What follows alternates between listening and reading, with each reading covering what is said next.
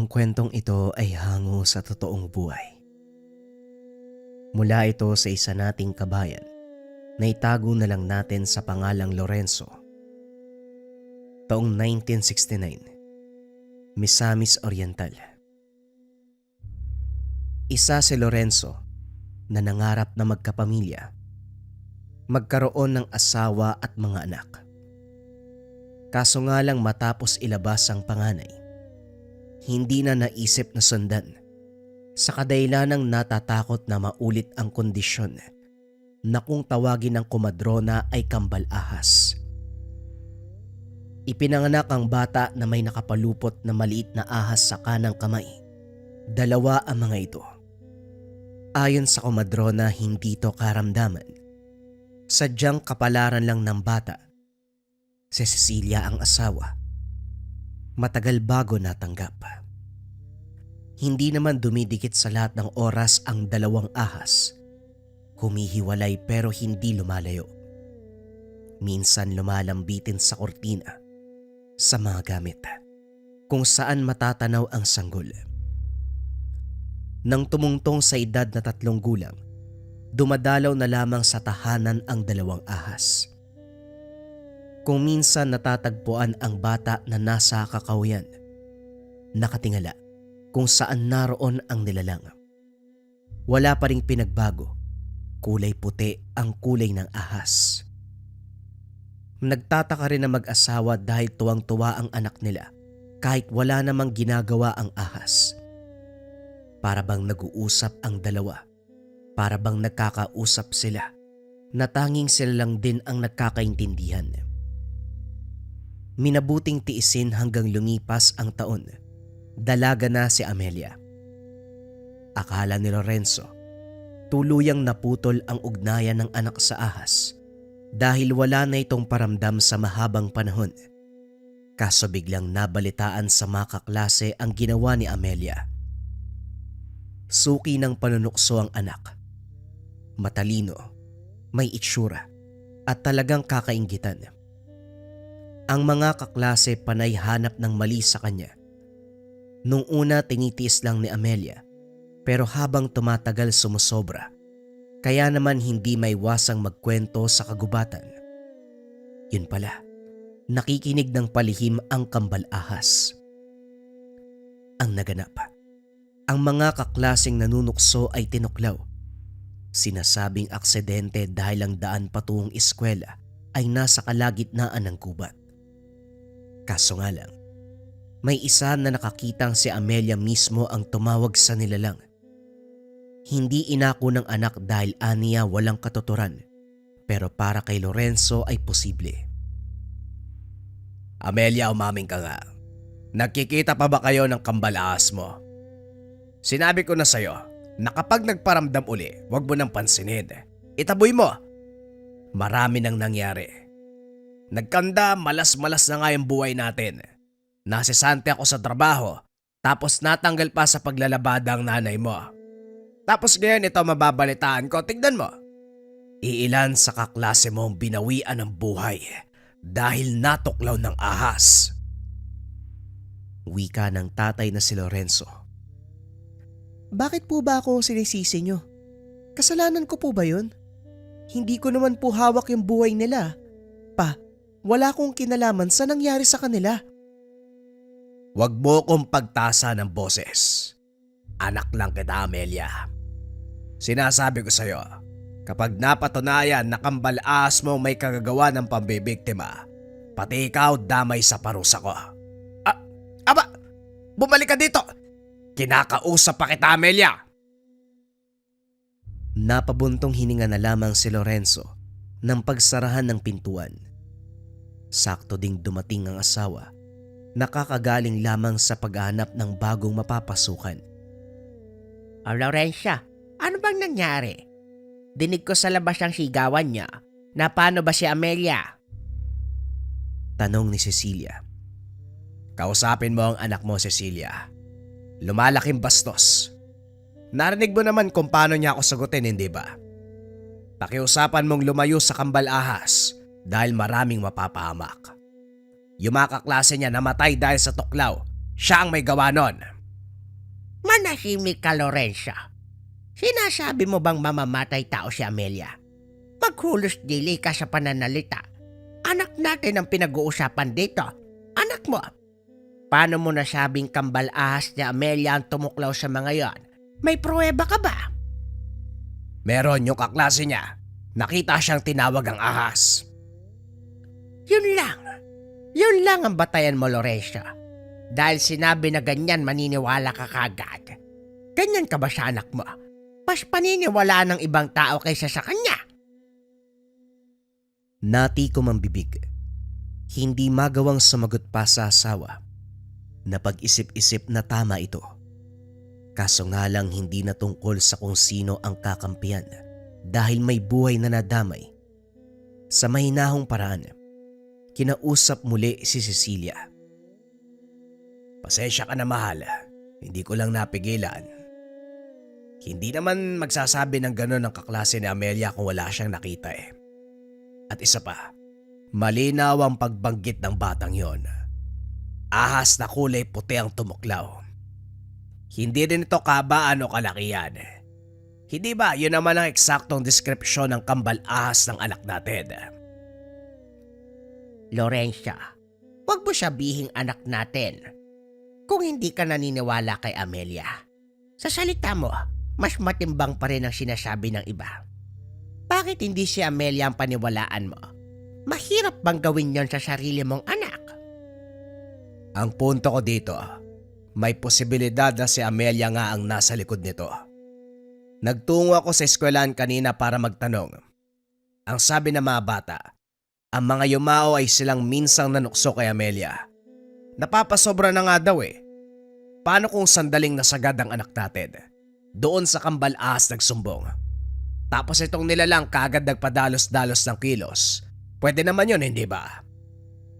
Hindi, Lorenzo. Hindi. Kung yan ang paniniwalaan mo, bahala ka. Total para sa'yo, mas matimbang ang salita ng ibang tao. Napabuntong hininga na lamang si Lorenzo.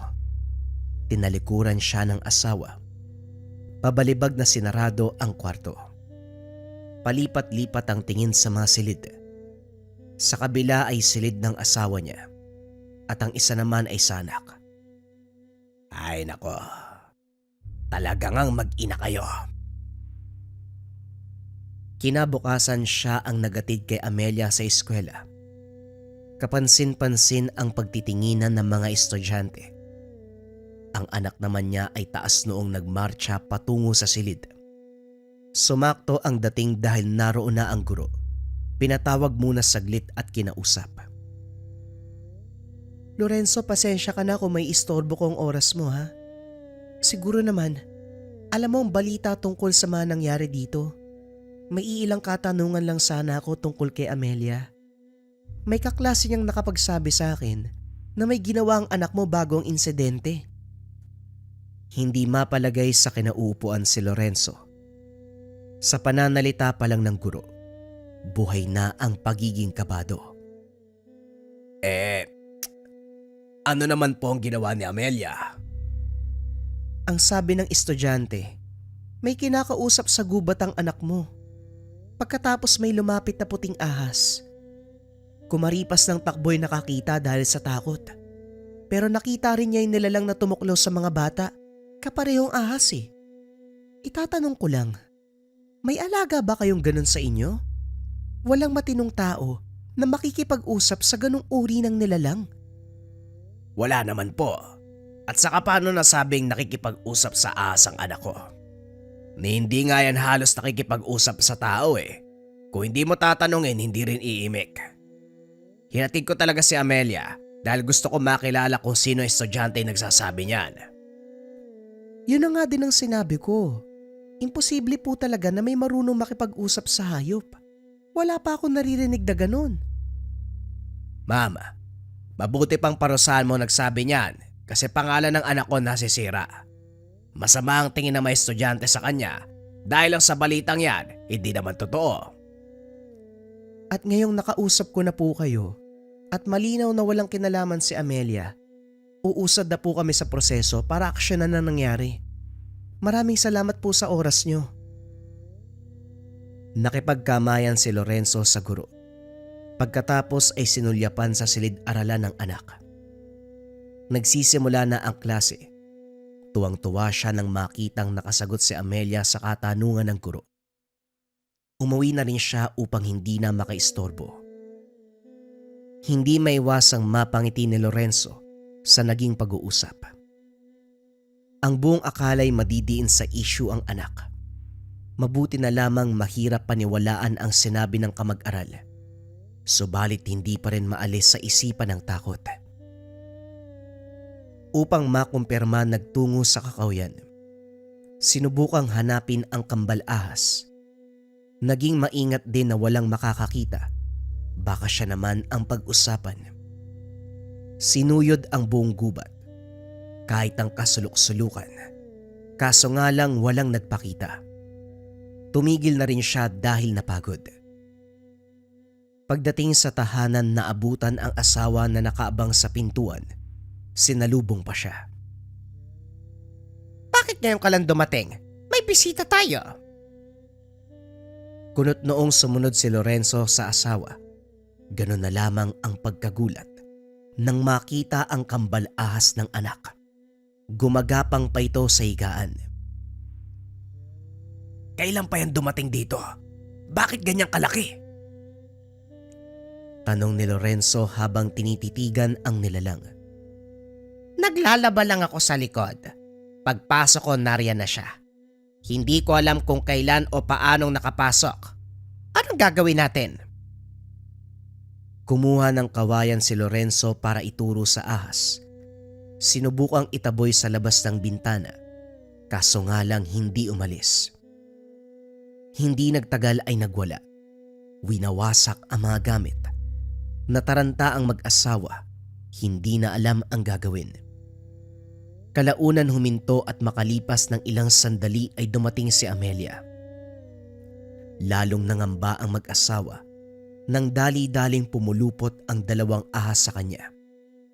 Maging ito ay nasasaktan, nagpupumiglas. Kaso lang, sa lakas ng nilalang ay walang nagawa. Mabuti na lang at hindi tinuluyan, parang pinatikim lang si Amelia. Makikita rin sa mga mata ng ahas ang galit. Yun lang ang ginawa. Dahan-dahang gumapang palis. Nang mahimasmasa ng anak, nanguna sa pagtatanong si Lorenzo. Hindi ko na alam ang nangyayari, pero parang may ginawa ka. Mababanaag sa mga mata at galaw ng kambal ahas ang galit. Siguro naging pasaway ka. May kasamaan ka bang ginawa? Naalala ni Lorenzo ang sinabi ng komadrona noon. Sa sandaling masangkot sa anumang kasamaan ng tao, magpapakita ang kambal ahas para magturo ng leksyon. Malaki ang tiwala sa komadrona dahil marami ang kaalaman nito sa lihim na karunungan. Hindi na nga lang nahagilap dahil ang huling balita'y lumipat na. Ano po bang ipaparatang yun na naman sa akin pa? Kahapon dinidiin niyo ako na may kinalaman sa nangyari sa kaklase ko. Tapos ngayon, halos patayin na nga ako ng kambal ahas. Ako pa rin ang sinisisi niyo. Umaming ka na lang kasi. Hindi ka naman namin papabayaan ng mama mo. Kung may pinagdadaanan ka, sabihin mo sa amin. Ipaalam mo, magtulungan tayo. Wala nga ho. Pag-aaral lang ang inaatupag ko, wala nang iba. Lorenzo, tama na nga yan. Bakit ba parang personal ang galit mo sa anak natin? Ikaw ang umamin. Ano ba nangyayari sa'yo? Pinagdidiskitan mo si Amelia. Kaya hindi natututo ang batang yan dahil kinakampihan mo. Mahal, gusto ko lang naman sabihan niya tayo kung merong problema para alam natin kung paano siya tutulungan. Lumalala ang sitwasyon. Yung usapin sa paaralan, hindi tayo sigurado kung tapos na. Eto namang kambal ahas dumadagdag pa. Nakita mo naman yung ginawa oh. Kamunti ka ng patayin si Amelia.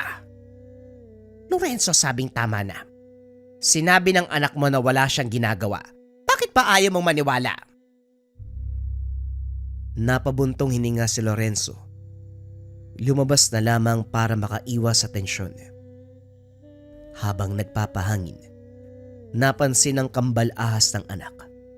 Dali-daling sinundan dahil tumingin sa kanya bago gumapang palayo.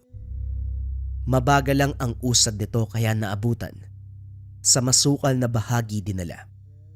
Hindi rin malaman ni Lorenzo kung ano ang nangyayari. Salip kasi na matakot. Tila napanatag ang kalooban. Lumingon ang ahas sa kanya. Tumitig lang. Kalaunan ay tuluyang lumayo. Hindi na sinundan dahil umakyat sa malaking puno. Pagbalik ng tahanan, tulog ang mag-ina. Naawa na rin siya para kay Amelia. Alam niyang malaki rin ang tsansa na mali siya ng hinala. Pero gusto lang makasigurado para hindi na magulat kapag lumabas ang katotohanan. Sa kabila ng pagnanais na mapaamin ang anak, nag-isip na rin ng alternatibong paraan. Sundan ito para malaman ang galaw. Natuklasan ni Lorenzo na bago pumasok sa eskwelahan ay may dinadaanan pa si Amelia. Kubo sa pinakadulo ng Kakawayan. Naroon ito sa paanan ng bundok. May nakatira doon, sinasabing mangkukulam. Naging kuryoso siya kung ano ang namamagitan sa mangkukulam at anak. Hindi rin magawang lumapit dahil nangangamba na makita. Ang ginawa na lamang ay nagmasid at nakiramdam. May inabot ang matanda kay Amelia. Nakangiting tumango ang dalaga. Nagmano pa bago lumakad. Nawala sa isip ni Lorenzo ang anak dahil nabaling ang pansin sa mangkukulam. Nang pumasok ito ng tahanan, nakaalis na si Amelia. Dali-dali siyang lumapit. Matagal siyang nakatayo sa pintuan. Naguguluhan kung ano ang gagawin kapag nakaharap ang matanda. Kaso naunahan siya nito. Magandang araw sa'yo, iha. Anong may paglilingkod ka? Wika ni Aling Malia. May bitbit itong balde na tinabunan ng dahon ang laman. Nangangamoy kaya napigil ni Lorenzo ang hininga. Nang mapansin ng matanda ang reaksyon, dali-dali itong itinabi. Pasensya na po kung medyo sensitibo ang pangamoy ko. Itatanong ko lang po sana kung may nakita po ba kayong puno ng yantok sa gubat na ito. Ilang oras na ako naglilibot. Wala akong mahanap eh. Gagawin ko lang po sana para bangkuhan. Napatingin sa kabundukan si Aling Malia. Pagkatapos ay bumaling sa kanya. Meron, pero nasa tuktok ng bundok. Tutuloy ka ba? Mukhang uulan. Sinasabi ko na nga ba, ayan o, pumasok ka muna iyo. Mababasa ka riyan. Niluwagan ng matanda ang pagbukas ng pintuan para patuloyin si Lorenzo. Sakto din kasi. Biglang bumuhos ang ulan. Sinamantala ang pagkakataon na masuri ang tahanan ng mangkukulam. Nagtaka siya. Masyadong malinis ang loob. Maayos na nakailera sa tabi ang mga nigo at buslo ng puno ng halamang gamot. Mas nagmukha pa itong albularyo kaysa mangkukulam. Dahil dito, biglang naiya si Lorenzo dahil pinag-isipan ng masama. Pasensya ka na kung ito lang ang mayaalok ko. Wala rin ako sa buhay. Umaasa lang sa produktong makukuha sa taniman at tinapay na iuwi ng kaibigan kong estudyante. Wika ni Aling Malia. Naglapag ng kape at inalok sa kanya. Kaibigang estudyante, sino naman po kung pwede ko malaman? Si Amelia. Nakakatuwa nga kasi magkatunog ang pangalan namin. Mabait ang bata. Puno ng kabutihan ng puso. Pinaglaban niya ako sa bastos na estudyante nung araw. Yun ang simula ng pagkakaibigan namin. Magmula noon, siya na ang nagbibigay ng pagkain. Naawa nga ako kasi tinuturing akong pamilya. Ginawa kong responsibilidad kahit hindi kailangan. Bihira lang makakilala ng ganong bata. Kaya labis ako nagpapasalamat. Kunot noong inalala ni Lorenzo ang mga sandaling humihingi ng malaking halaga si Amelia para sa proyekto ang rason. Binibigyan naman nila. Ito pala ay tinutulong sa iba. Napahinga ng malalim si Lorenzo. Tuluyang naalis ang pagdududa sa anak. Ang buong akala'y nakikipagkaibigan sa masamang tao. Nang maalala ang tungkol dito, hindi maiwasang magtanong. Pasensya na po pero may itatanong lang sana. Huwag niyo pong mamasamain. Minsan ko na kasing narinig na mangkukulam kayo. Totoo po ba yun? Diretsyong napatingin si Aling Malia sa kanya. Hindi mo mapipigilan ng mga tao kung yan ang tingin sa matandang nag-iisa sa lugar. Kagad naintindihan ni Lorenzo ang ibig sabihin. Humaba ang usapan. Unti-unti ring nakilala ang matanda. Palihim na humingi ng tawad dahil sa masamang naisip. Sa pagtila ng ulan, nagpaalam na at umuwi. Pagdating ni Amelia bandang hapon, nagulantang ang mag-asawa dahil duguan ang uniforme. Magulo ang buhok. Madungis ang muka. Punit ang damit. Kagad lumapit si Cecilia para ito ang unang kumausap. Napag-alamang napaaway sa daan. Pinagtulungan ng mga naniniwala na siya ang may kasalanan kung bakit natuklaw ang ibang kaklase. Nang marinig ni Lorenzo, nagbitbit ng itak at saka binaybayang daan. Swerte namang naabutan ang mga estudyanteng gumulpe sa anak. Nasindak ang mga ito at kumaripas ng takbo. Kaso nga lang may isang masama ang titig. Isang lalaki na hindi nalalayo ang edad kay Amelia. Hindi nakasuot ng uniforme, kung kaya't hindi matukoy kung pumapasok ba sa parehong eskwelahan. Kilala po kita, Manong. Ikaw ang tatay ng babaeng nagngangalang Amelia. Nakita kitang hinatid siya sa eskwela. Mabuti na rin na nagkaharap tayo ngayon para malaman mo kung gaano kasama ang anak mo. Wika ng binata na nagngangalang Marlon. Isa ka ba sa mga gumulpe sa anak ko? Hindi ka ba natatakot na baka tagayin kita? Bakit naman ako matatakot kung wala akong masamang ginagawa? Ikaw pa nga po yung dapat matakot dahil may ginawa ang anak mo. Si Amelia, totoo na siya ang tumawag ng ahas para tuklawin ang mga estudyanteng nang aasar at nang gugulo sa kanya. Huwag mo akong lilangin, bata. Hindi mo ako madadaan sa ganyan. Ganun po ba? Hindi na rin ako magtataka dahil nakausap mo na ang mangkukulam. Sa tingin ko nga, napaniwala ka niya. Ikaw naman utu-uto. Pasensya na po kung medyo bastos ang pananalita ko. Ayaw ko lang sa mga magulang na kinakampihan ng anak kahit may ginagawa namang masama. Napabuntong hininga si Lorenzo para magpigil ng galit. Ayaw pa niyang makapatay sa oras na ito. Bawiin mo ang sinabi mo. Wala akong babawiin dahil totoo ang sinabi ko. Ayaw niyo po bang maniwala o kailangan niyo pa ng matibay na patunay? Hindi ba nagdududa ka rin sa anak mo? Bakit masyado ka maraming alam? Sino ka ba? Hindi pangalan o katauhan ko ang dapat yung alamin. Mabuti pang umuwi na kayo para malaman ang nangyayari sa anak mo. Hoy, sandali. Bumalik ka rito. Nasaan na yun? Hoy, bata! Bumalik ka rito! Hindi na nahabol ni Lorenzo. Kumaripas papunta ng tahanan. Tama ang binata. May nangyari sa mag-ina. Naroon muli ang kambal ahas. Nakapalupot kay Amelia. Hirap na hirap ang dalaga at nagsimula ng kapusin ng hininga. Unti-unti nang nangingitim. Nasa tabi si Cecilia.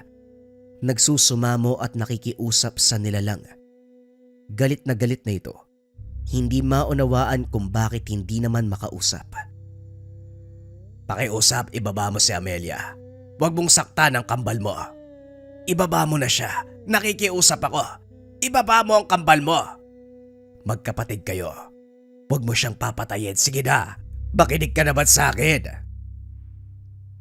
Sa kabutiang palad na kinig ang ahas, dahan-dahang binaba ang dalaga na kaagad nahimatay. Nanatili sa tahanan ang nilalang. Tumabi sa nakahimlay na si Amelia. Sa puntong ito, unti-unti na ring humupa ang galit. Mababakas ang pagiging maamo. Lorenzo, ipapatay na natin ang nilalang na yan. 2 beses niya nang sinubukan patayin si Amelia. E paano kung sa susunod matuluyan? Marami namang marunong pumatay ng ahas dyan. Wika ni Cecilia, na kaagad hindi sinang-ayunan ni Lorenzo. Gusto munang malaman kung ano ang kahulugan ng nangyayari. Labag man sa kalooban ng asawa na umalis siya't iwanan sila sa ganong sitwasyon, lumakad pa rin si Lorenzo. Hahanapin ang komadrona. Bumalik sa dating tirahan nito. Sa kabutiang palad may nakapagturo kung saan lumipat. Nagkita sila. Kaagad sinalaysay ang kaganapan. Mabilis na tukoy ng lalaking komadrona ang naganap. Nakikita ko na ang pangyayari. Etong nakaraang araw iniluwalang sanggol. Darating ang araw na magkakagulo ang magkambal dahil sa kasamaang pinasok ng isa. At nangyari na nga. Huwag kang mag-alala dahil hindi papatay ng ahas ang anak mo. Paraan lamang yon para maturuan ng leksyon ng dalaga, kaso parang hindi niya nauunawaan.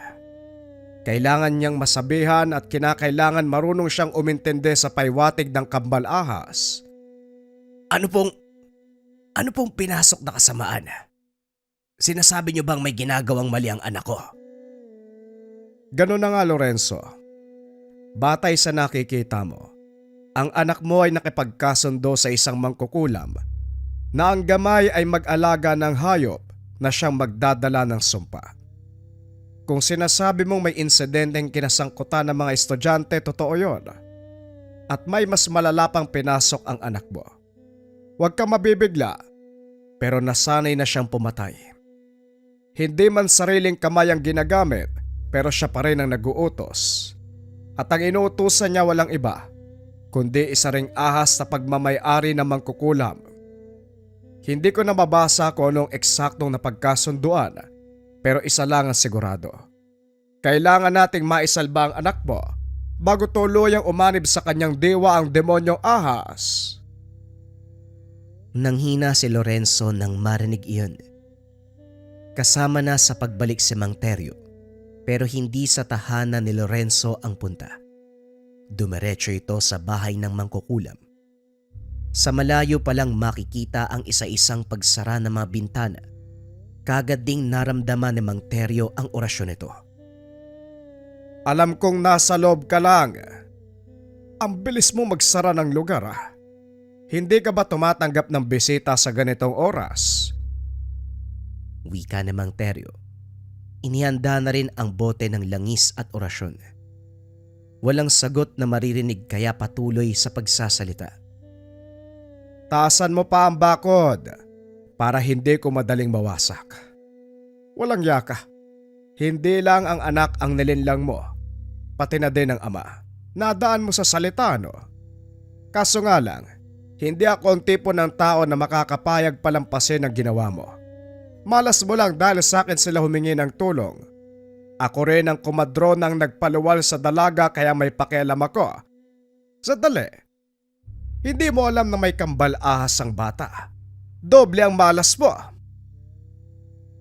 Wika ni Mang Teryo habang sinasaboy sa bakuran ang langis. Kasabay nito ang dahan-dahang paglitaw ng kambal ahas ni Amelia. Galit na galit ang pagbumuka. Sa kabilang banda naman, may ahas ding lumitaw. Umakma ng pagtuklaw kaso hindi magawang lumapit sa komadrona. Magtatago ka lang ba talaga dyan? Lumabas ka, ipakita mo kung sino ka talaga. Sa sandaling nilapitan mo ang dalaga at ginawa ng masama, Dapat alam mo ang kakalagyan mo. Puro katago. Ayaw mo talaga magpakita. Hindi bale. Nararamdaman ko ang panginginig mo. May takot ka rin pala. O siya, sabayan na kayo ng mga alaga mong masunog. Kiniskis niya ang palito at saka itinapon sa sinaboy na langis. Nagbukas ang pinto. Makikitang lumod si Mang Teryo para makipag-usap. Pero huli na ang lahat. Sumiklab at kumalat ang apoy. Ang tanging maririnig na lamang ay hiyaw at pagwawala. Habang tinutupok ng apoy ang mangkukulam at nilalang, patuloy na sumasambit ng orasyon si Mang Teryo. Si Lorenzo sa kabilang banda ay natataranta dahil puro damo at halaman ang nasa paligid. Kinakabahan na baka kumalat sa buong kakahuyan ng apoy. Nagulat na lang din siya nang matapos sumambit si Mang Teryo ay siya ring pag-apula. Hindi nakapagsalita. Napukaw lang ang tensyon nang makitang umalis na ito sa lugar. Dali-dali siyang sumunod. Pagdating ng tahanan, inihipan ng 3 beses si Amelia. Nagising at bumalik sa uliratang dalaga. Ilang buwan na pala napapasailalim sa mahika ng kulam. Dito rin ipinagtapat ni Mang Teryo ang tungkol sa iba pang ginawa. Ang mga taong nakakasalubong sa daan na humusga o kahit may sinabi lang na hindi maganda, kaagad inuutusan ng ahas, yung alaga ng mangkukulam, na tuklawin at patayin. Nakiusap naman si Mang Teryo na wag nang banggitin sa dalaga upang hindi na magulo ang isipan at emosyon. Sumang-ayon naman ang mag-asawa. Ang kambal ahas sa kabilang banda, sa tahanan nila naninirahan. Ngayon lang din nalaman na hindi ito nakikita ng ibang tao, kaya wala silang dapat ipag-alala. Nagulat din ito dahil ang binatang si Marlon ay apo ni Mang Teryo na aksidenteng nakakita ng pangyayari. Bukod pa dyan, sa kaparehong paaralan pumapasok. Laking pagpapasalamat ng mag-asawa sa maglolo dahil sa tulong. Sa lahat ng kaganapan natuto si Lorenzo. Binantayang maigi ang nag-iisang anak para hindi na malinlang. Maging ang kambal na ahas na nakapagpalagayan na rin ng loob ay pinagsabihan. Inutusan na bantayan si Amelia. Sa kabutiang palad hindi na naulit pa ang insidente. Lumaki si Amelia na masunurin at babait. At bukod pa dyan, patuloy siyang inalagaan. Patuloy siyang pinotektahan ng kanyang gabay. Ang 2 kambal ahas na kulay puti. Bagong kwento pa rin ang kasunod mga kabayan. Ito ay tungkol sa isang antingero na tinalikuran ng medalyon. Simulan na ang storya. Ang kwentong ito ay hangong sa totoong buhay. Mula ito sa isa nating kabayan na itago na lang natin sa pangalang Marcos. Taong 1993, Agusan del Sur. Ay, tumabi nga kayo. Dadaan ng hari. Mga walang respeto. Hindi nyo ba nakikilala kung sino ako? Natigilan ng mga taong nagkakatuwaan sa tabi ng daanan. Lahat nakatingin kay Arjun. Wala ni isang nagsalita dahil sa gulat. Hanggang sa merong naglakas ng loob dahil nayabangan sa binata. Wala namang nakaharang sa daan. Kaya bakit kailangan pang sumigaw? Kahit gumulong ka pa nga, kasya ka naman sa lawak ng daanan. Umaandar na naman yung kayabangan mo. Pumantig ang tenga ni Arjun nang marinig ang sinabi ng binata. Dali-daling lumapit at saka sinikmuraan. Gumanti naman si Marcos hanggang sa nagkaroon na ng sakitan. Wala ni isang umawat dahil kilala ng lahat ang ugaling meron si Arjun. Galing ito sa pamilya ng mga antingero. Pagkatapos mamatay ng ama at lolo na malalakas na antingero, siya ang nagmana ng mga agimat. Walang opisyal na pagsasabi na siya ang susunod, pero dahil ang binata na lamang ang naiwan, otomatikong inangkin at pinangalagaan. Subalit kabaliktaran ang nangyari. Nagagawa naman ng tungkulin bilang manunugis pero lumalamang ang yabang. Maraming beses na paaway. Walang araw na hindi nakakahanap ng kagalit. Kahit sa oras ng panunugis, lumalabas ang pagiging hambog. Ano? Napakahambog mo. Kung tutusin, lusaw yung kayabangan mo kung wala kang anting-anting. Kinuha mo lang naman yan eh. Walang paalam sa'yo maumong tatay at lolo. Alam nating dalawa na hindi nila naisip na sa'yo pinamanang bagay na yan kasi hindi ka naman maaasahan. Wika ni Marcus na lalong ikinagalit ni Arjun. Nagpatuloy ang pisikalang laban. Parehong duguan. Parehong bumagsak matapos sampasin sa likod ng nagdatingang tanod. Inakay pa uwi ang mga ito. Nang mahimasmasan si Arjun, sumagi sa isip ang sinabi ni Marcus.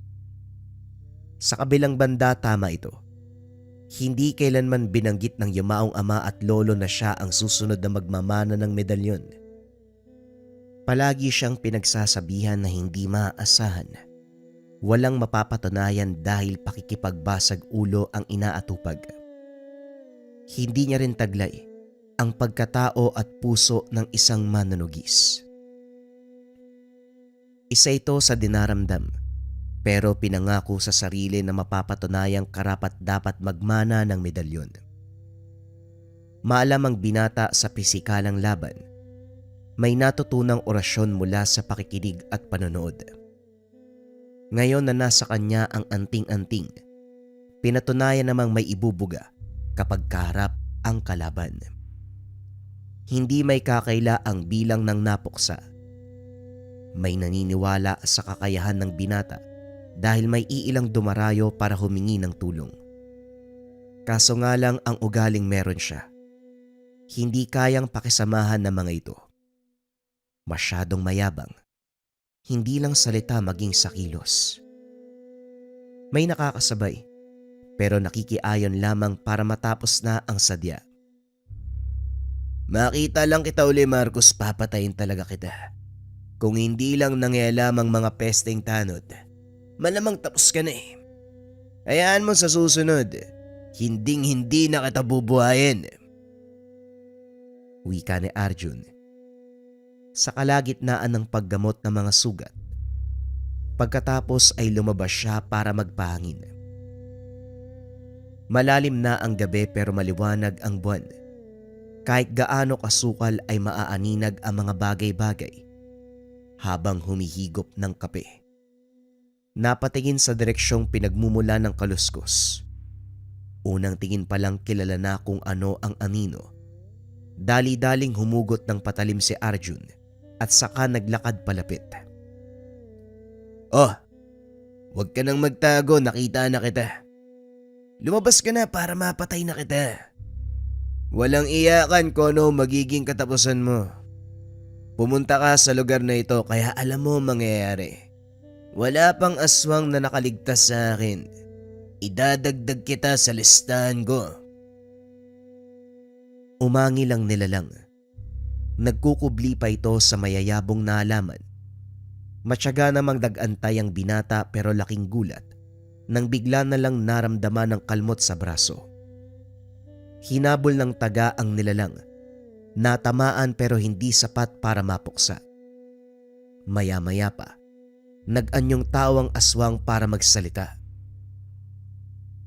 Masyado kang hambog, antingero.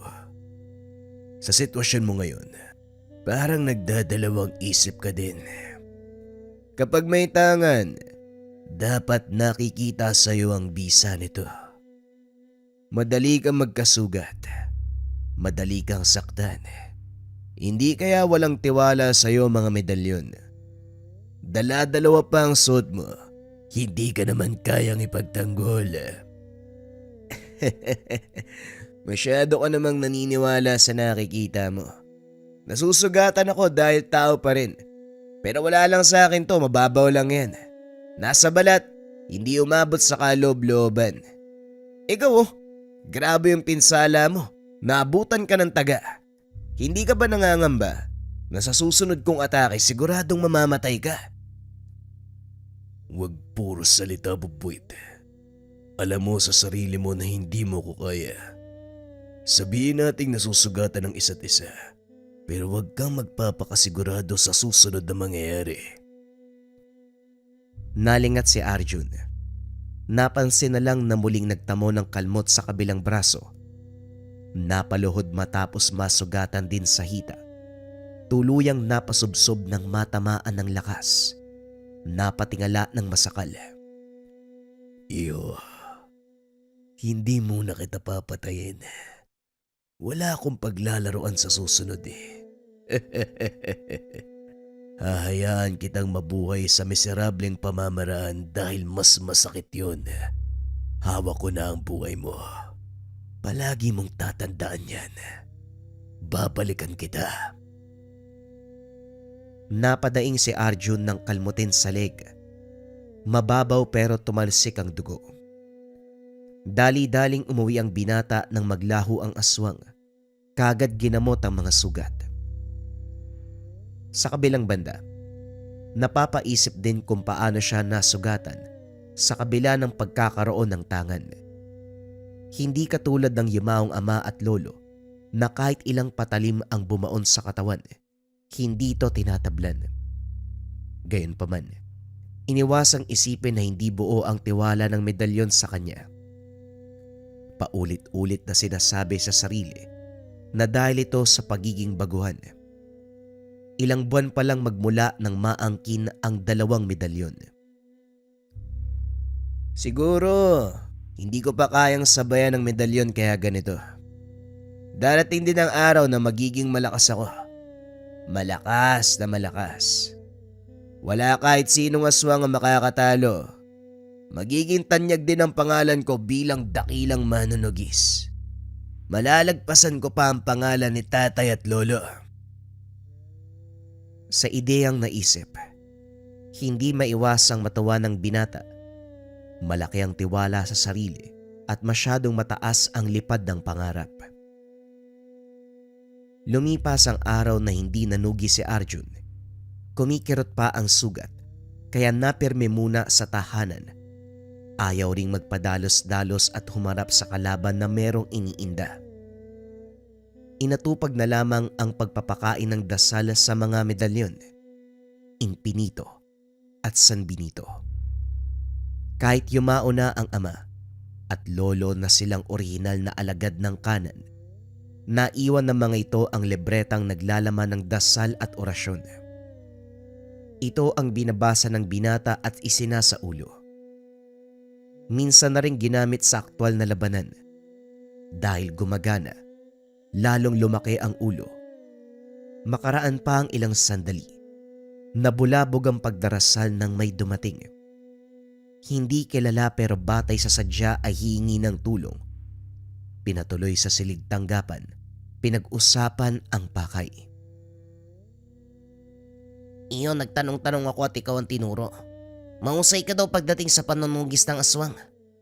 Pwede mo ba kaming tulungan? Sa amin kasi, ginagambala ng nilalang ang buntis kong apoy. Kilala ko kung sino, pero walang lakas ang loob na kumalaban. Aswang Wika namang Ricardo. Yun lang po ba? Wala namang problema. Magkano po ba ang iaalok nyo? Iaalok, pera ba? Hindi ba libre ang ganito? Nakahingi ako ng tulong dati sa lolo mo pero wala namang bayad. Manong, si lolo yun.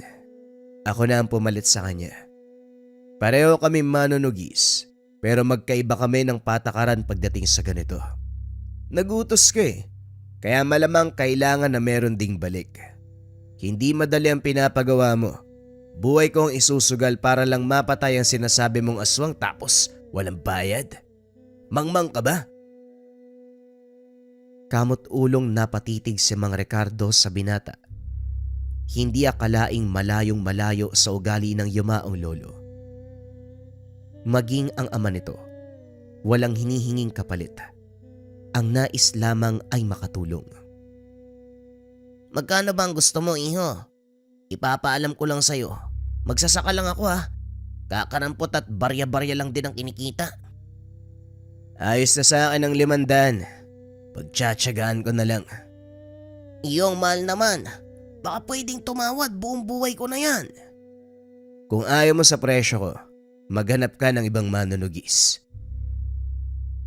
Walang nagawa si Mang Ricardo kung hindi patulan ang presyo ng binata.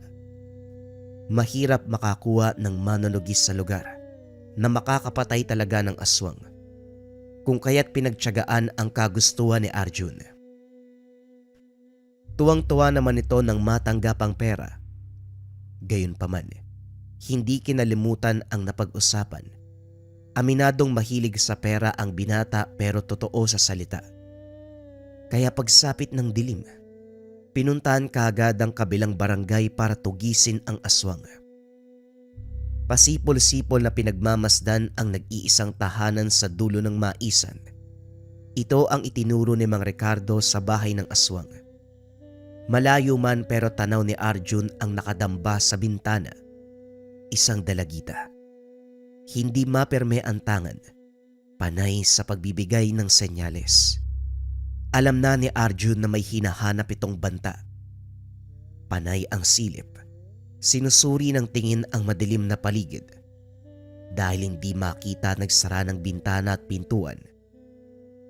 Hindi muna sumugod si Arjun. Pinalipas ang mga oras. Inantay na lumabas ang aswang. Hindi nabigo. Nakita nitong nagmamadaling naglakad patungo sa kung saan. Sinundan at nasaksihan ang pagpalit ng anyo. Tao pa itong tumatakbo, pero makaraan ng ilang sandali ay naging halimaw. Hinugot ni Arjun ang patalim nang makarating sa tahanan kung saan punterya ng nilalang. Nakilala kung kaninong tahanan dahil batay sa napag-usapan nila ni Mang Ricardo. Maglalagay ng palatandaan ng matanda sa mga bintana. Sana matuwa ka, tanda. Ereregalo ko sa iyo ang ulo ng pesteng to. Hoy pangit, halika muna rito. Mag-usap tayo.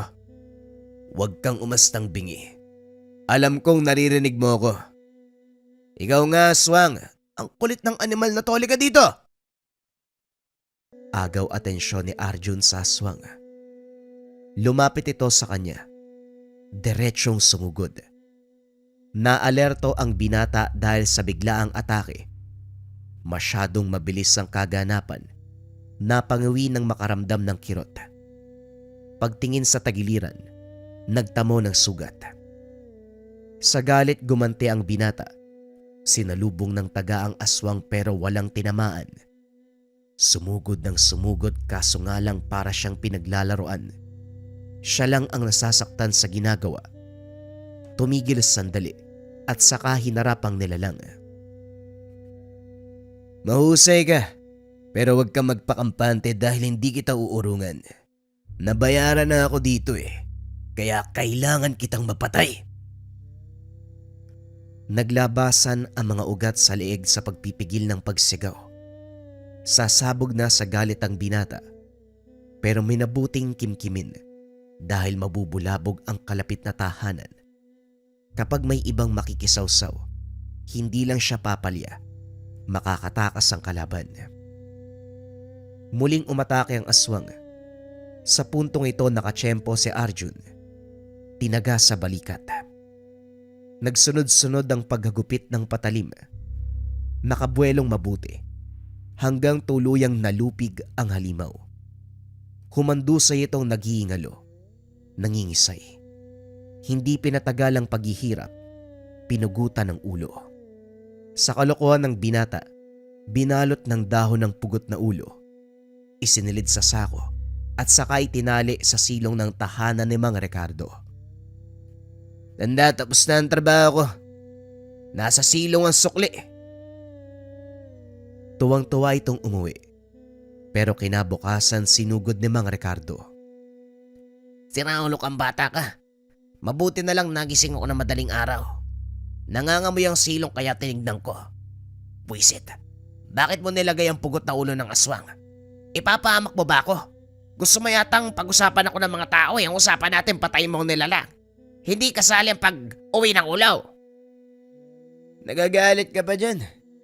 Pasalamat ka na lang binigyan kita ng ebidensya. Nagdradrama ka pa. Muwi ka na. Masakit ang ulo ko kakapuksa ng aswang ha. Ayoko makipag-usap sa kahit na sino. Umalis ka. Baka kunin ko rin yung ulo mo. Tinulak ng binata ang matanda palabas. Nahulog pa ito sa hagdan, pero tinawanan lang niya. Si Marcos na nakakita ay hindi maiwasang sumigaw. Uy Arjun, sira ulo ka talaga. Pati matanda hindi mo na ginalang. Nahulog na nga yung tao, pinagtatawanan mo pa. Ganyan ka ba talaga kawalang hiya? Hoy Marcos, itiko mo yung bibig mo kung ayaw mong tayiin ko yan. Magsama kayo mga buwisit. Ang aga-aga ng gugulo. Pabalibag na pinagsarahan ng pintuan. Dumiretso ng kwarto at bumalik na sa pagkakatulog. Hayaan nyo na lang po yung taong yun. Lumaki ang ulo dahil may tangan. Ewan ko na lang kung ano mangyayari kapag tinalikuran niya ng tangan niya. Malayo ang ugali ng binatang yan sa lolo at ama. Mabubuting tao si namang Ernesto at Arnolfo. Pero ang naiwang anak sakit sa ulo. Salamat sa tulong mo, Iho. Mauna na ako. Tinitigan ni Marcos ang tahanan ni Arjun. Malaki ang respeto ng binata sa yumaong si Mang Ernesto, lolo nito, at kay Mang Arnolfo, ang ama. Minsan na siyang nakatanggap ng tulong mula sa mga ito nang walang hinihinging kapalit. Sila ang tipo ng tao na handang magbuwis ng buhay para maisalba lamang ang iba. Subalit ang anak at apo na naiwan ay kabaliktaran. Puno ng kayabangan. Sinasamantala ang kahinaan ng taong humihingi ng saklolo. Pagsapit ng hapon, gumala sa sentro ng sitio si Arjun. Nagkasiyahan ng mga tao. Merong nagbabasketball, mga batang naglalaro, at iilang lasing na nagsusugal. Matiwasay ang lahat pero nagbago nang dumating ang binata. Kanya-kanya sa pagtalikod. Pinapakitang ayaw ang presensya nito. Hoy, ang aangas nyo naman. Dumating lang ako, nagsitigil na kayo. Ano bang problema nyo ha? Kunelyohan ni Arjun ang binatang akmang tatalikod sa kanya. Yumuko lang ito. Natatakot tumingin. Nagsiiwas ang iba. Dahan-dahan nang umuwi ang karamihan. Arjun, nagsisimula ka na naman. Natatakot na ang bata kaya pakawalan mo siya. Nabaling ang pansin ni Arjun nang magsalita si Marcos. Kakarating lang nito mula sa paunguhan ng dayami. Ibinagsak sa tabi ang pasan na sako at saka hinarap siya. Bibida ka na naman ba Marcos? Huwag mo akong yabangan dahil alam mong wala kang laban sa akin. Wika ni Arjun. Sinampal-sampal sa pisngi ang binata. Nagbuntong hininga si Marcos. Sinalubong ng tingin si Arjun. Kaya hindi ka gaanong sinasabayan ng tangan dahil sa ugaling meron ka. Napakayabang. Napakahambog. Pati buhay ng mga inosente sinisindak mo. Wala ka namang binatbat ko hindi dahil sa lolo't tatay mo. Nasagad si Arjun. Muli na namang nagrambulan ang dalawa. Tumingin lamang ang taong nakapaligid. Walang nangahas na umawat dahil takot na madamay. Magkapantay ng lakas ang dalawa kaya napahaba ang away. Nawasak ang mga bagay-bagay sa paligid sa tuwing babagsakan ng mga ito. Naging kaabang-abang nang pumaibabaw si Marcos. Pilit dinidiinan ang nakatutok na patalim sa natatarantang si Arjun. Sige lang. Kahit itagos mo pa sa katawan kong itak na yan, hindi ako mamamatay. 2 ang medalyon ko. Kaya akong isalba ng paulit-ulit. Huwag ka na magsalita kung nag-aalangan ka. Ngayon pa lang nanginginig ka na. Pwede ko lang ituloy to. Makikita sa mga mata ni Arjun ang takot. Minabuting pigilan ang pagdiin ng itak. Ngumisi si Marcos sa kilos nito. pero kalaunan ay nakabawi rin. Tumilapon ang binata. Siya naman ngayon ang pumaibabaw. Tangka na sanang tatagain ng pigilan ng mga tao. Sumusobra ka na, Arjon. Maiyak ka naman sa lolo at tatay mo. Ang babait nila pero ikaw, ubod ng yabang. Hindi lang naninindak, nananakit pa. Wika ni Mang Dansyong. Hindi mo na ginalang ang iniwang reputasyon ni Mang Ernesto at Arnolfo. Dinungisan mo ang magandang pangalan nila. Bakit hindi ka umayos? Sundan mo ang yapak ng lolo't ama mo. Mabubuting tao. Dahil dyan sa kayabangan mo ang daming napeperwisyo. Si Marcos na nga lang nagtatanggol sa amin laban sa iyo. Sinubukan mo pang patayin. Wika ni Mang Rito. Talagang nagkakampiyan pa kayo ha? Hoy! Kahit magsanib puwersa pa kayong lahat, hindi nyo ko kakayanin. 2 ang tangan ko! Pagmamayabang ni Arjun. Hinubad ang kwintas. Binalandra sa mukha ng lahat ang mga medalyon. Hindi pinansin ng binata. Kanya-kanya sa pag-alis ang lahat. Maging si Marcos ay inalalayan ni Mang Rito at Mang Dansyong. Sumigaw sa galit si Arjun. Bawat bagay na mararaanan ay winawasak. Mapahalaman, bato o puno. Pabagsak na umupo pagdating sa tahanan.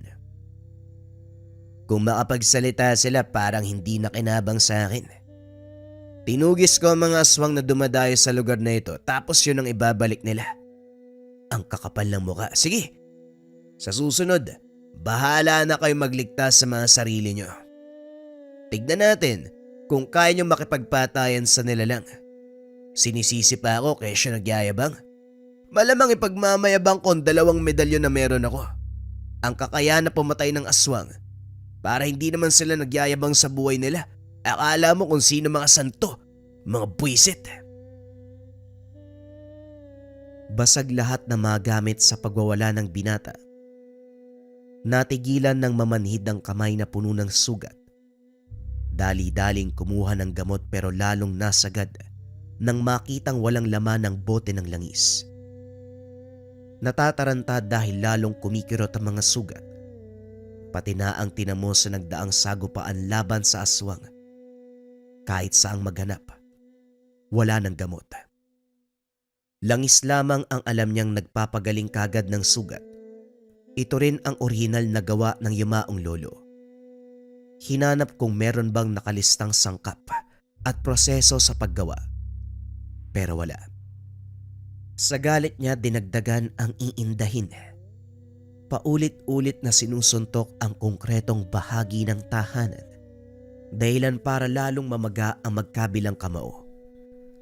Saka lang tumigil nang maramdaman ang pagkabali ng daliri. Napaw pong dumadaing sa sulok. Hindi matandaan ng binata kung gaano kahaba na ang pag-idlip. Nagising na lamang na sinisinaga ng araw ang muka. Kagad napaaray nang maramdaman ang pananakit ng mga kamay.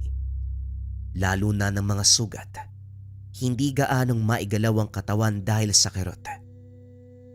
Hindi nagtagal may kumatok. Hingi ng tulong para sa pambibiktima ng aswang. Nagulat ito nang makita siya sa ganong sitwasyon. Oh, akala ko mahusay ang taong binili na ng medalyon ni Arnolfo at Ernesto. Bakit para naghihingalo na to? Wika ni Mang Eduardo. Komportabling nakadikwatro sa harapan ni Arjun. Sino ka naman? Gusto ko lang sabihin na hindi ako tumatanggap ng bisita ngayon. Umalis ka na. Eto naman mainitin ang ulo, sayang. Nag-ipon pa naman ako ng malaking halaga para ipambayad sa'yo. May papahuli akong aswang.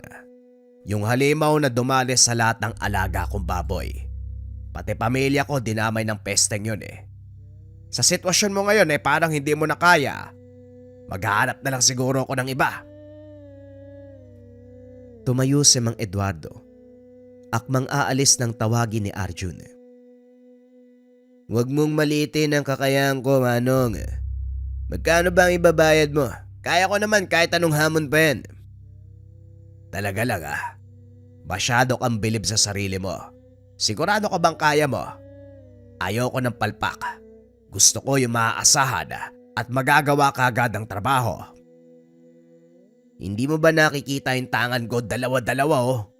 Baka hindi ka marunong magbilang. Malakas at walang palya sa pagpuksa ng aswang. Ilang halimaw ba ang papatugis mo? Sandali. Oo nga pala, magkano ba ibabayad mo? 1,000 para sa isang aswang. Kailangan mamayang gabi madala mo ang ulo niya. Kung hindi, baka ulo mo ang mawala. Manong, kilalanin mo kung sinong tinatakot mo. Wag ako. Akin ang 1,000. Dadaling kong ulo ng aswang sa'yo mamayang gabi. Taga saan ka ba? Saan makikita yung nilalang na sinasabi mo? Ngumiti si Mang Eduardo. Hindi akalain na mas mayabang sa personalang binata kumpara sa naririnig mula sa mga kwento. Siguraduhin mo lang na magagawa mo ang trabaho. Seryoso ko sa sinasabi ko na ulo mong mapupugot kapag nabigo ka. Nagkakaintindihan ba tayo? Inabot ng matanda ang pera.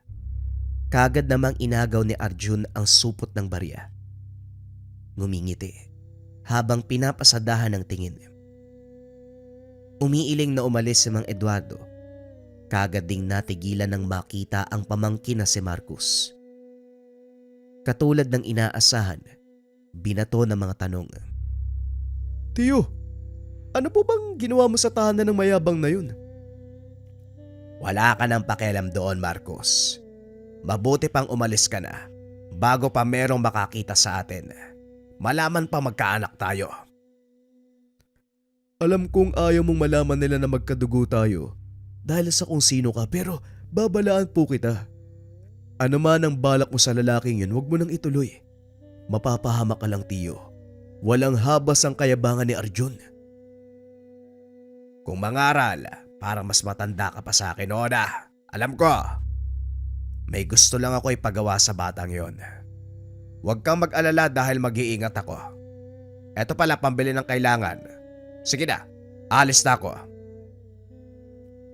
Sinunda ng tingin ni Marcos ang lumalayong tsuhin. Nabaling sa supot ng barya ang pansin. Nang hindi na matanaw, napaisip ang binata kung ano ang sadya nito sa tahanan ni Arjun. Magkadugo sila. Pero hindi mabasa ang galaw ni Mang Eduardo. At isa pa, hindi magkasama sa bubong kaya walang ideya. Sumapit ang gabi. Pinilit ni Arjun na kondisyon ng sarili dahil may laban ang haharapin. Idinaan na lamang sa dasal at pag-inom ng tubig na pinagbabara ng medalyon. Hindi alam kung mapapabuti ang kalagayan pero umaasa. Pinunta ng lugar na itinuro ni Mang Eduardo. Masukal ang gubat. Ingay ng kuliglig at kaluskos ng dahon ng maririnig. Nagkubli si Arjun. Inaantay ang oras na daraan ang sinasabing aswang. Matyagang nag-abang ang binata pero sa paglipas ng oras, unti-unting nabagot. Masyadong payapa at para sa kanya walang sino man ang dadaan sa lugar. Sinubukang habaan ng pasensya pero napamura na lamang dahil tila pinaglalaroan ni Mang Eduardo. Sira ulo yata yung matandang yun. Kanina pa ako nandito pero wala namang aswang. Teka, kung niloloko ko nun, hindi siya magbabayad ng malaking halaga. Ewan, kapag wala pa mamaya, uuwi na ako. Pinalipas ni Arjun ng oras. Sa puntong aalis na sana, biglang nakaamoy ng samyo. Kagad hinanap ng paningin ang pinagmumulan. Hindi nagtagal nakita rin ang aswang. Anyong tao pa rin ito. Isang matandang kuba na marahang naglakad sa kalayuan. Kumilos si Arjun. Maingat na humakbang papalapit. Naguluhan din ang binata dahil bigla-biglang nawawala ang init ng tangan. Para bang bumbilya ng malapit ng mapundi. Gayunpaman, sa kagustuhan na matapos kagad ang pagpuksa, Dere-derechong sinundan ng nilalang. Habang tumatagal, unti-unting nag-anyong aswang ang matandang kuba. Lilipad na sana, kaso inagaw ni Arjun ang atensyon. Wala sa itaas ang kalaban mo, kaya hindi na kailangan pang lumipad. Nandito lang ako sa lupa at yung inaapakan mo, yan na ang magiging libingan mo. Ano? Handa ka na bang mahiwalay sa katawan ng kaluluwa? Hinugot ni Arjun ang patalim at saka naganda kaso nga lang napangiwi nang biglang kumirot ang namamagang kamay. Gayunpaman, minabuting makatayo para magawa ang pagpuksa. Subalit laking gulat ng mag-anyong tao uli ang aswang. Hindi makapaniwala ng makilala. Mang Eduardo, sadali. Yan din yung itsura ng aswang na umatake sa akin noon. Ikaw yun. Aswang ka. Anong kailangan mo sa akin? Kalma lang bata. Ikaw naman, malinaw na sa akin na hindi ka lang mayabang. Mainitin din ang ulo mo. Pero bakit ka ba nagulat? Huwag mo sabihin na hindi mo ako nakilala kahit nung nasa tahanan mo ko. Yang medalyon na pinagmamayabang mo, magbibigay yan ng senyales, hindi ba? Napaisip si Arjun. Walang anuman senyales na binigay ang tangan. Hindi ako nakikipaglokohan kaya umayos ka. Tutal magkaharap na tayo. Humanda ka na sa kamatayan mo. Hindi kita uurungan. Papatayin kita. Nakakatakot ka naman. Nanginginig pati laman ko. Bawas-bawasan mo ang kayabangan dahil yan mismo maglalagay sa'yo sa alanganin. Ngayon nga ay parang iniwanan ka na ng tangan mo. Tinignan ni Arjun ang mga kwintas. Laking gulat ng magmistulang bato na lamang. Wala nang buhay. Wala nang bisa. Wala nang maaasahan. Gayunpaman, hinarap pa rin si Mang Eduardo. Wala akong pakialam kung gumagana man to o hindi. Magtuos tayo para malaman mong hindi lang sa medalyon ako kumakapit. Nagulat si Mang Eduardo nang itapon ng binata ang mga medalyon. Sumugod ito pero madaling nasalo ang atake. Tinilapon niya ito at hindi na pinatagal pa. Pinatikim ang binata. Sunod-sunod na suntok ang pinakawalan. Kinalmot sa iba't ibang bahagi ng katawan. Kinagat sa balikat. Pinadama ang tunay na takot. Maririnig ang hiyaw ng binata. Kaso kahit anong paghingi ng saklolo, walang darating para iligtas siya. Hindi naman sana ako mangyayalam kung hindi nakakasagad ang ugali mo. Minsan ko nang nakasagupa ang lolo at tatay mo. Sila ang dahilan kung bakit ako nagdusa ng ilang taon. Pero hindi yon pagdurusa lang. Tanda at aral na mali ang ginagawa kong pambibiktima noon. Dahil sa kanila, unti-unti kong naayos ang sarili. Natuto ako. Ginalang ko si Arnolfo at Ernesto kahit hindi nila alam. Kahit magkaiba kami ng landas. Kampon ako ng kaliwa. Sila naman ay alagad ng kanan. Tiningala ko sila dahil sa angking kabutihan. Kaya nung napadaan ako sa sityo ninyo, nakita ko naghahari-harian ka basta naninindak na mga tao. Naisipan kong turuan ka ng leksyon. Wala ako sa posisyon pero alang-alang sa mga ninuno mo, handa akong gawin ang bagay na yan. Hindi porket may gamit ka, nakakataas ka na. Tignan mo ngayon, tinalikuran ka ng medalyon, hinayaan ka sa bingit ng kamatayan.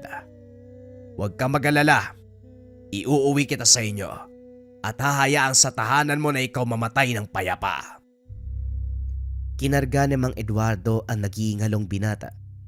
Nilapatan ng pansamantalang gamot ang sugat para tumagal ng ilang araw. Naisip ng matanda, napainang pagmukaing nagdurusa kaysa direktang pinatay ng aswang. Habang bilang na lamang ang sandali, natauhan si Arjun. Bumalik sa alaala ang lahat ng payo at turo ng mga yumao, lalong-lalo na ang mga pagkakataon na umaastang nakakataas at hindi paggalang sa mga medalyon. Hindi maiwasang masaktan, kaso nga lang huli na ang lahat. Nagulantang ang lahat nang mabalita ang patay na si Arjun. Nakahinga ang lahat dahil wala nang naninindak at nananamantala. Subalit kabaliktaran kay Marcos. Kahit ganon ang ugali ng binata, nakikita niya ang pagiging tao. Binatang hindi nagabayan ng maayos. Kaso nga lang, patay na si Arjun. Nung una mga kabayan, parang sobrang hirap maniwala patungkol dito sa bisa ng Gabay Medalyon. Etong suot-suot ko. Eto kasing Gabay Medalyon mga kabayan, ang bisa nito ay pampaswerte at gabay sa career, health, love life, and finance. Yung 4 na aspeto ng buhay. Magmula nang dumating sa akin to mga kabayan, tapos palagi ko na siyang suot, mas nag-take ako ng actions. Nandun kasi yung konsepto na dapat naniniwala ka sa gamit mo at ang pinakamabisang paraan ng pagpapatunay na naniniwala ka, mas mag-take ka ng action sa mga bagay na gusto mong ma-achieve or sa mga hinihiling mo. So every day talaga mga kabayan, mas nag-try ako, sinubukan ko yung mga bagay na gusto kong marating at sakto din mga kabayan. Kasabay ng pagdating ng Gabay Medalyon, sunod-sunod na yung projects, sunod-sunod na yung blessings na natatanggap ko, kung saan-saan projects na yung nag-o-offer sa akin, hindi lang sa aspeto ng TikTok shop, maging sa lahat ng channels ko. At syempre, yung pinakamalagang aspeto mga kabayan, baliwala kasi yung dami ng projects mo or dami ng blessings kung hindi ka disiplinado. For me kasi mas doon nakakatulong yung Gabay Medalyon. So sa pang-araw-araw, kung paano mo mas aalagaan yung mga bagay na ibinibigay sa'yo, doon siya pinaka pumapasok eh. Hindi ka napadalos-dalos sa decision making, alam mo yung mga bagay na hindi mo dapat bilhin, alam mo yung mga bagay na dapat mong unahin, alam mo yung mga bagay na dapat patulan at hindi. Doon ko mas nakikita yung bisa sa akin ng Gabay Medalyon. Mas clear yung concept ng mind, mas naaalagaan ko yung mga blessings na dumadating. So bukod sa mga pampaswerte na dumadating sa buhay, ang pinakamahalaga na kayang ibigay ng Gabay Medalyon, yung konsepto ng tamang decision sa araw-araw. Madalas, sa gut feeling, sa panaginip, or parang may mga bumubulong sa isipan mo na mga bagay na pwede mong gawin. Yan yung personal kong storya patungkol sa bisa sa akin ng Gabay Medalyon. Kung sakaling meron ka nito, pwede mo i-comment dyan sa baba kung anong journey nyo ng Gabay Medalyon. Pero kung interesado ka dito, pwede mong i-search yung shop ng Likha Merchandise.